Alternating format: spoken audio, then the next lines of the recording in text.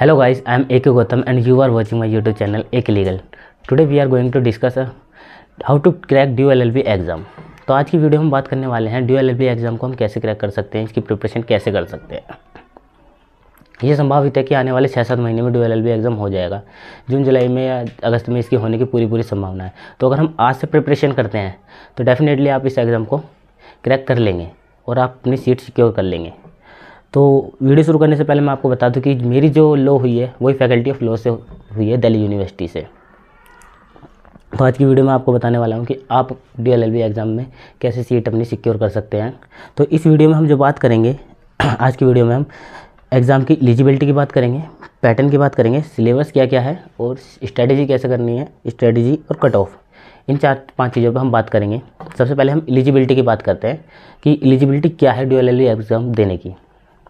तो एलिजिबिलिटी ज़्यादा कुछ नहीं है, आपके पास ग्रेजुएशन की डिग्री होनी चाहिए, क्योंकि ये जो LLB का कोर्स है वो 3 ईयर LLB कोर्स है, 5 ईयर LLB कोर्स नहीं। तो आपके पास ग्रेजुएशन की डिग्री होनी चाहिए किसी भी यूनिवर्सिटी से और किसी भी स्ट्रीम में होनी चाहिए, रिकॉग्नाइज यूनिवर्सिटी होनी चाहिए। और आपके ग्रेजुएशन में जो मार्क्स होने चाहिए वो जनरल के लिए होने चाहिए 50% और OBC के लिए 45%, SC के लिए 40%। अगर आपका ये क्राइटेरिया फुलफिल हो रहा है तो आप एलिजिबल हैं DU LLB एग्ज़ाम को देने के लिए। अब इसके बाद हम पैटर्न की बात करते हैं कि पैटर्न क्या है एग्ज़ाम का। जो पैटर्न है एग्ज़ाम का वो 2 घंटे का एग्ज़ाम होता है आपका। इसमें 100 क्वेश्चन आते हैं और ऑब्जेक्टिव टाइप का होता है आपका, MCQ मिलेंगे क्वेश्चन में, और एक क्वेश्चन जो आपको होगा 4 नंबर का होगा। तो यानी कि आपका जो पूरा एग्ज़ाम है वो 400 नंबर का है और इसमें नेगेटिव मार्किंग भी है 1 नंबर की। एक क्वेश्चन पे 1 नंबर की नेगेटिव मार्किंग है, यानी कि 0.25% की नेगेटिव मार्किंग है। अगर आप एक क्वेश्चन गलत करते हैं तो आपके 4 की जगह 5 नंबर कटेंगे। तो 1 नंबर की इसमें नेगेटिव मार्किंग है। आपको पैटर्न समझ में आ गया होगा एग्ज़ाम का क्या है। और जो इसका मीडियम है एग्ज़ाम का वो इंग्लिश होने वाला है, उसमें आपको चॉइस नहीं मिलेगी हिंदी मीडियम या इंग्लिश में। आपका जो एग्ज़ाम का मीडियम होगा वो इंग्लिश होगा। सिलेबस की बात करें तो सिलेबस में इसमें English language comprehension, analytical ability होगा, legal awareness and legal aptitude and Indian polity and current affair and GK. तो सब्जेक्ट वाइज हम स्ट्रैटेजी जानेंगे हमें क्या क्या पढ़ना चाहिए और कैसे कैसे पढ़ना चाहिए। तो सबसे पहले बात करें तो आपको इंडियन पॉलिटी से स्टार्ट करना चाहिए। अगर आप इंडियन पॉलिटी से स्टार्ट करेंगे, क्योंकि जो LLB में जो आपके क्वेश्चन आने वाले हैं एंट्रेंस में वो सबसे ज़्यादा नहीं तो काफ़ी क्वेश्चन आपके इंडियन पॉलिटी से ही आएंगे। 20 से 25 क्वेश्चन आपके इंडियन पॉलिटी से आते हैं, जो कि एक बहुत बड़ा पोर्शन है एग्ज़ाम को क्रैक करने के लिए। आपके लिए इंडियन पॉलिटी बहुत ज़्यादा जरूरी है। तो आपको ये डीप तरीके से पढ़नी है, पूरा आपको अच्छे से इंडियन पॉलिटी कवर करनी है। आपको इसमें इंपॉर्टेंट अमेंडमेंट जो हुए हैं कॉन्स्टिट्यूशन में वो भी अच्छे से पढ़ने हैं और लैंडमार्क जजमेंट भी पढ़नी है इसकी। तो इंडियन पॉलिटी पर आपकी अच्छी पकड़ होनी चाहिए। उसके बाद आप लीगल करिए और इंडियन पॉलिटी पढ़ते हुए आप दिन में आपको 2-3 घंटे इंडियन पॉलिटी के लिए दिए, काफ़ी होगा। फिर आप लीगल पढ़िए। लीगल में क्या क्या है, लॉ ऑफ कॉन्ट्रैक्ट है, क्रिमिनल लॉ है और फैमिली लॉ है और लॉ ऑफ टोर्ट है और IPR। ये 5 सब्जेक्ट आप पढ़िए अच्छे से। इसके सारा जो लीगल है वो इन्हीं में से पूछ जाएगा, ज़्यादा कुछ तो नहीं आएगा। तो आप, लेकिन सबसे बड़ी बात है कि क्वेश्चन काफ़ी आने वाले हैं इन 5 सब्जेक्ट में। तो आपको बहुत डीप पढ़ने हैं, अच्छे से पढ़ना है। जो आपका लीगल का पोर्शन है वो बहुत अच्छे से करना चाहिए। लीगल में आपके साथ साथ ये लीगल मैगजीन भी आएंगे और रिसेंट जजमेंट जो है वही पढ़नी है आपको, करंट अफेयर की तरह।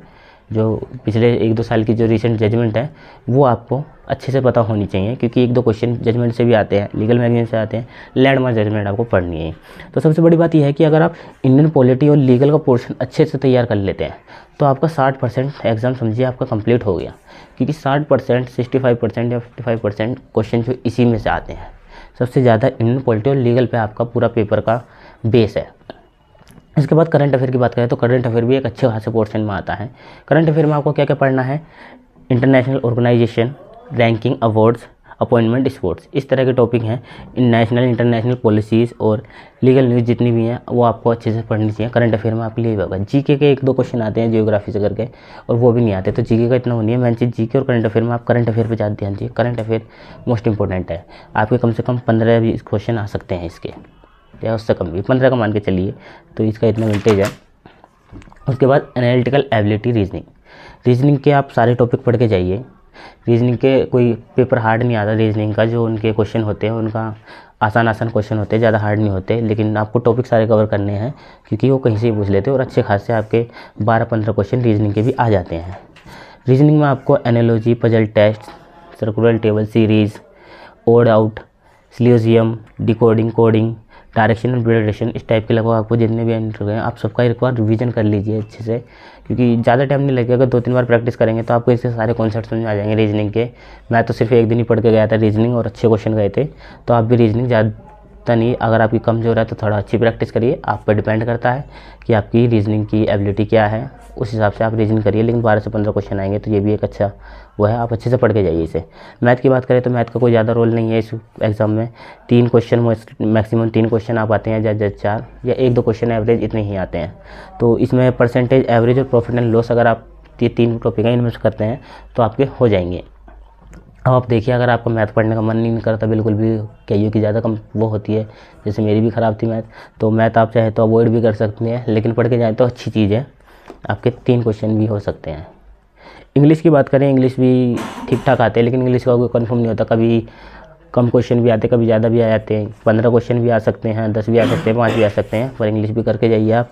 इंग्लिश में आपके reading comprehension, idiom and phrases, spelling errors, finding errors and spelling correctness, fill-ups, इस तरह के टॉपिक आपके इंग्लिश में आएंगे, इंग्लिश के पोर्शन में। तो ये आपका सारा सिलेबस हो गया, स्ट्रेटजी हो गया, अब क्या पढ़ना है। सबसे मेन चीज़ है कि आप लीगल और इंडियन पॉलिटी तो अच्छे से कीजिए। तो सबसे पहले जब आप शुरुआत करें तो इंडियन पॉलिटी और लीगल से स्टार्ट करें। करंट अफेयर आप रोज़ देखें 1 घंटे 2 घंटे, उससे आप सिलेबस के साथ लेके चलते हैं। बाकी आप एनालिटिकल रीजनिंग वगैरह ये सब आप साथ के साथ कर सकते हैं। अब इसकी कट ऑफ की बात करते हैं कि लास्ट ईयर की कट ऑफ क्या रही है। लास्ट ईयर की जो कट ऑफ रही है बहुत हाई रही है इस बार।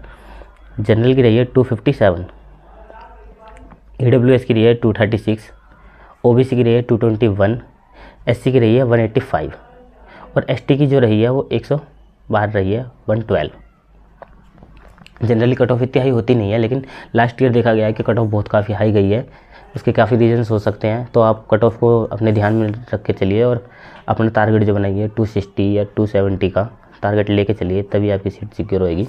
आज से तैयारी करेंगे तो आप डेफिनेटली ये सारी चीज़ें कर लेंगे। कोई हार्ड एग्ज़ाम भी नहीं है, इतना सेल्फ प्रिपरेशन से आराम से हो सकता है। तो आप पढ़िए, यूट्यूब से वीडियो देखिए और आपका एग्ज़ाम आराम से निकल जाएगा। आपके पास अभी 6-7 महीने आराम से हैं। तो आप अगर सही में इस DLLB के एग्ज़ाम की तैयारी कर रहे हैं तो आप हमसे जुड़िए। आप कहते हैं आपको सारी जो नॉलेज है आपको मिलेगी यहाँ पे, जो भी इंक्वायरी है। मेरा डिस्क्रिप्शन में इंस्टाग्राम लिंक है, आप वहाँ से मेरे से पर्सनली क्वेश्चन कुछ भी पूछ सकते हैं DLLB के एग्ज़ाम के रिलेटेड। इसलिए आप तैयारी कीजिए। ऑल द बेस्ट और thank you so much for watching this video.